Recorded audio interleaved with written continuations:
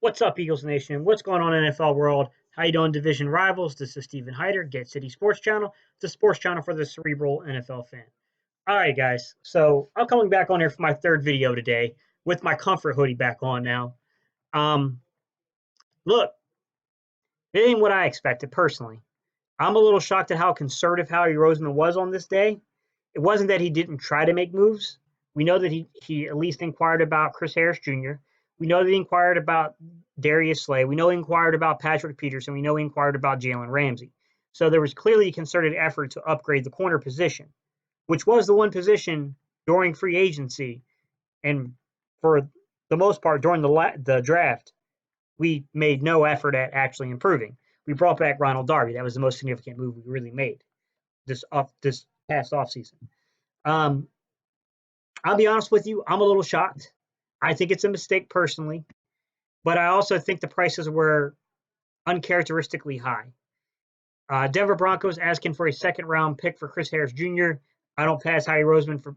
I don't blame Howie Roseman for passing on that particular deal. I don't know what it would have taken to get Darius Slay, but I probably would have been in for Darius Slay if it was like a first and a fifth. Like, who gives a shit? You're just giving away a first round pick. Make the damn deal. Um, I don't know what the asking price was on some of these other guys. I know we offered a first round pick for Patrick Peterson that was shot down. Could you have done the same thing? Offered a fifth and seen if that would have moved the marker, moved the needle? I don't know. Jalen Ramsey, we offered a first and a second. I think that was adequate. I mean, I could have seen them, I could have seen the fan base saying, hey, look, you probably should have offered a first and 2 seconds, but it wouldn't have mattered because ultimately we would have had to beat two first round picks and had to come up with a third round pick on top of it to beat the offer that was out there. And there's no guarantee that that wouldn't have been countered. And now you're getting to the realms of three first round picks. Like, no. Um, what can we say, guys? The team we have is the team we have right now. I'm going to go through 5 points real quick, guys, that I think that this deadline really tells us about the Eagles. I think the first thing we have to, to realize is we're going to have to win with what we got on the field, which is a scary proposition in the secondary with no additional help coming on the defensive line. I was okay with rolling in with the secondary we had with Jalen Mills and Darby if we were going to get additional help on the defensive line. Ooh, we are in a scary situation at defensive tackle right now. And I don't blame Howie Roseman because he clearly tried. I mean, he went out and he got players this offseason to try to do that, but you can't control injuries. Injuries happen.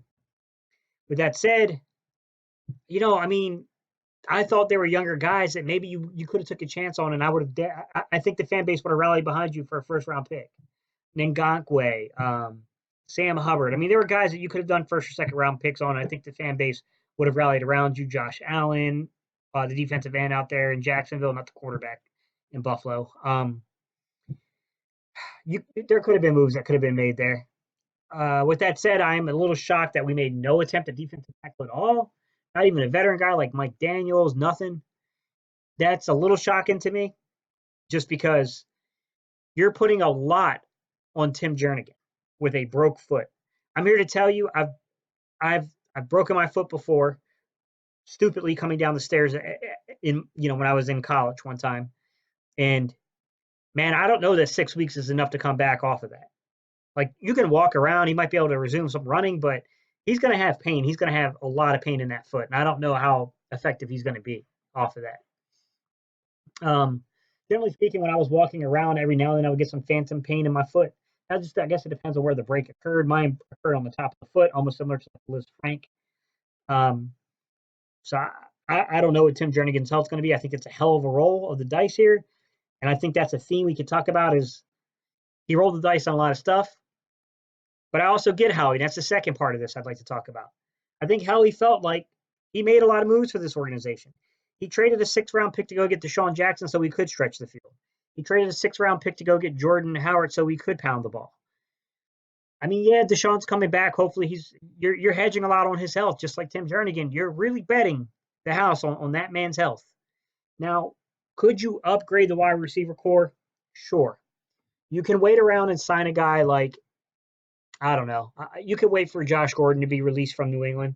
He says that his knee's fine and he's going to be ready to go pretty much by week 11, basically when we come back off of our bye. that's a possibility, but I don't know that Josh Gordon necessarily stretches the field. I mean, 4 years ago, sure. Sorry, I dropped my pen. Now, I doubt that.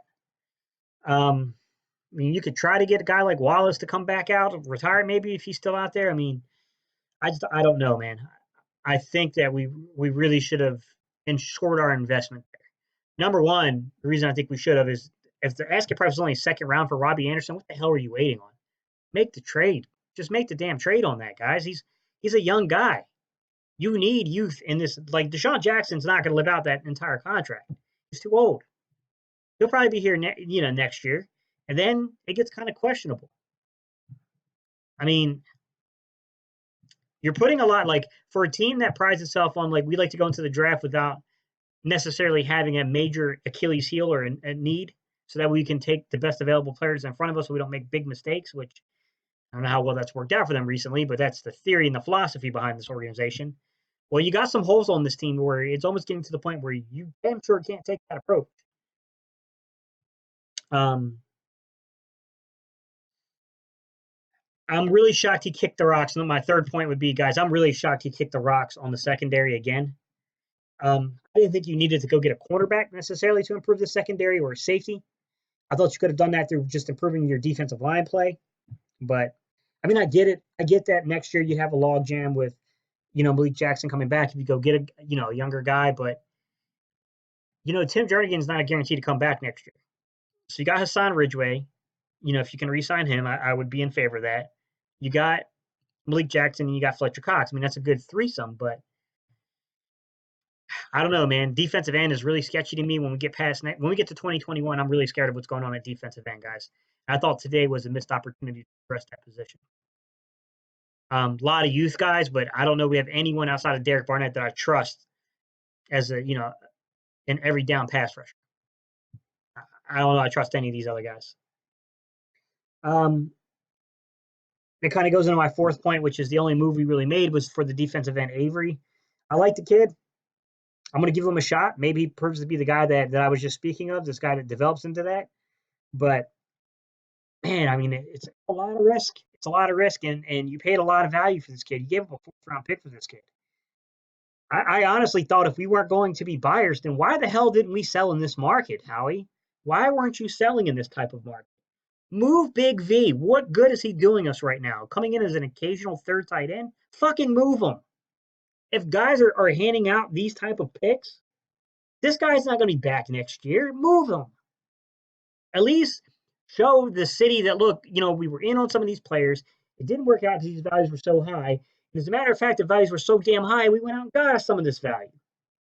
It would have made sense. I think we are really taking a risk on some of this. Like, I don't know what's going to happen. I don't think this is a good look for Doug Peterson. This feels like a little bit of a I gave you enough to win situation here. So I don't know what we're witnessing here when it comes to Doug Peterson. Maybe we're witnessing the pure brilliance of this guy, or we might be watching the demise of Doug Peterson, to be honest. And I guess we'll see. I mean, I'm not going to rule the guy out yet, but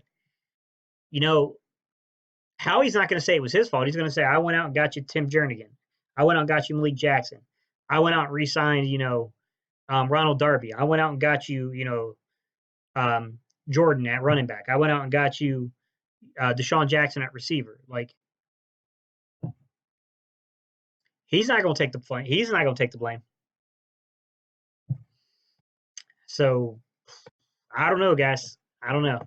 All right, man. That's all I got. What are your thoughts, guys? What do you think about this trade deadline? I'm disappointed. I'm not saying that we had to be buyers. I kept cautioning in these videos that I wasn't certain what was going to happen. I expected a move to happen a little bit more significant than Avery, but I didn't necessarily expect us to go get the top of the line. I mean, I would have expected at least go to get a stretch wide receiver, hoping for Robbie Anderson, but would have taken Albert Wilson or anyone really that could stretch the field. Keelan from the Jags would have been a good Keelan Cole, but nothing. What are your thoughts, guys? I mean, I think it's a mistake that we didn't go get a young stretch wide receiver. I think this is a huge, huge mistake.